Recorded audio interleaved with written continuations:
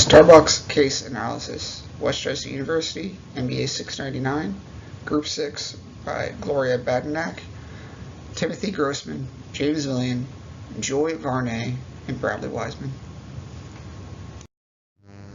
Our agenda today, we're going to cover Starbucks' competitive advantage and its sustainability, growing big while staying small, being that they are a massive international retailer, a recommended plan for future success, and our closing comments.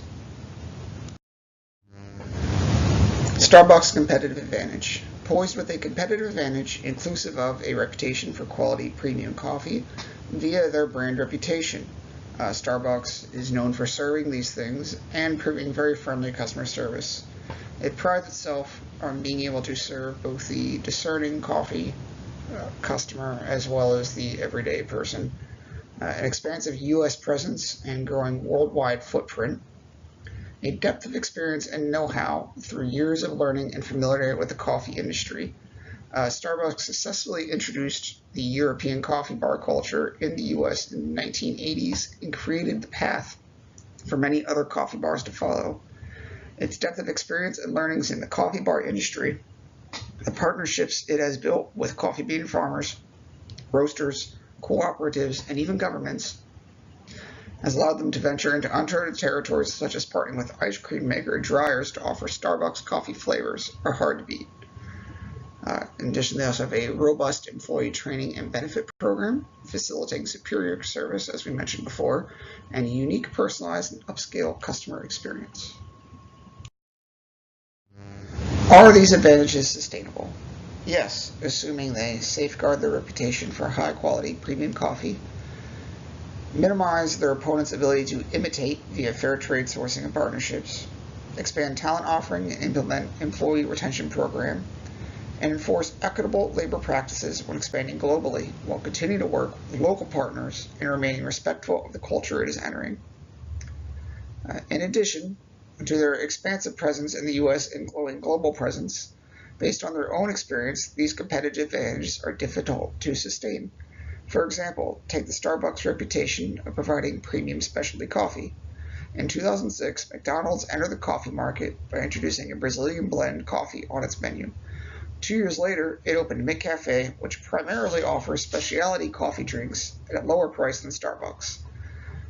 While the quality may be different, and Starbucks customers may not necessarily have shifted to McCafe, this was a direct competition for the customer's coffee taste and budget. Similarly, Dunkin' Donuts in 2009 opened hundreds of stores across the U.S. while Starbucks closed several. This is an indication of growth for Dunkin' Donuts and a pullback from Starbucks. 50% of Dunkin' Donuts sales come from coffee, a clear indication that many customers would choose to have premium coffee at a lower price than Starbucks.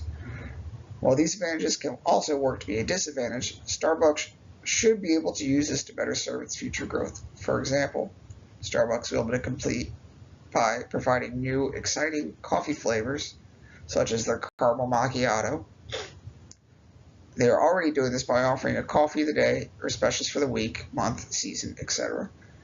They need to continue to protect their brand reputation and company culture in the U.S. and abroad. They may have to slow down their growth in the U.S. and focus on maintaining their quality and innovative offers. With a strong brand reputation, their continued venture into overseas locations will be better received and valued. Growing big and staying small as a huge retailer. Concerns with whether or not Starbucks can sustain growth due to the following. Challenges of international expansion. In 2008, after only 8 years in operation, Starbucks closed 70% of its outlets in Australia. It failed to realize that the coffee culture it was exporting was already a way of life done under. While its presence globally has not necessarily waned, there could be cause for concern whether or not in its current form it can sustain any sort of growth. A strong example of how their strategic goals conflicted with expanding international goals was clearly seen in Australia. Starbucks as a brand has exuded a potentially perceived aura of superiority, but in Australia it was viewed as a hot coffee-based smoothie made from bitter, weak coffee being marketed to consumers raised on a diet of real espresso. The need to reinvent itself as it enters new regions. If the vision of the company is to remain a premium brand, it must understand what that means to a consumer in the United States, Germany, China, etc. In order to continue to grow into new markets, while they have shown the capability to work with organizations or companies that have a clear understanding of the local consumer base, they have to do better. If the vision of the company is to remain a premium brand, it must mean that to consumers in the United States and abroad. This is the perception of being a good company with high-quality products. Its competitors eventually caught up to do the same. McDonald's and Dunkin' have both established themselves as coffee sources that offer premium product without the premium price. The inherent conflict between Starbucks' brand mission and how consumers really view the brand. Starbucks wants its brand to maintain a warm coffee shop atmosphere, but its own reputation forces the consumer to see it as a luxury-like brand. One of the issues faced over the past decade is that its rapid expansion has resulted in a watered-down effect on its perception. In a way, by rapidly expanding to every possible location, it went from a unique experience to one that practically anyone in their footprint can experience any given time, any given location.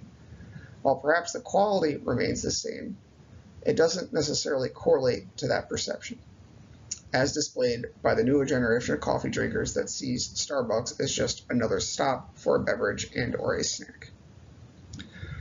Business entry barriers such as culture, customer segment, and finding the appropriate product offers. Starbucks needs to be more agile in its ability to hit new target segments while staying true to its corporate ideals. It may be time for Starbucks to create different tiers of stores and varied product offerings that match the market.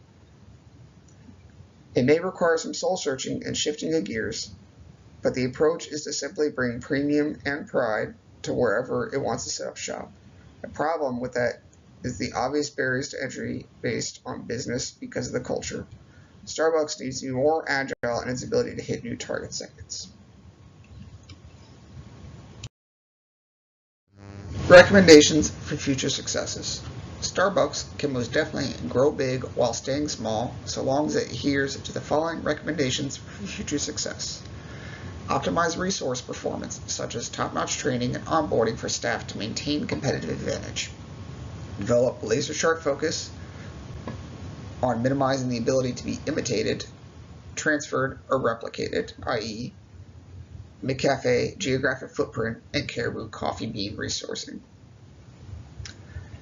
Continue with overseas expansion efforts while focusing intently on emerging market immersion of culture and cuisine. When expanding overseas, they must focus on the culture and cuisine of each new region they enter. In a similar manner, that not every Starbucks across the United States is in the same layout. There's likely something different between Dallas and Seattle that needs to be applied overseas as well. While in exploration stages of new international market expansion, seek household name partners in the country that they are targeting. For example, in the US, they partner with Target in opening new outlets. Overseas, they look to the same strategy while in the process of developing the market. This could be a great way to help them grow bigger as they strive to establish a presence in the market. Finally, have a sale. Rarely, if anything, with the Starbucks brand on it is sold at a discount.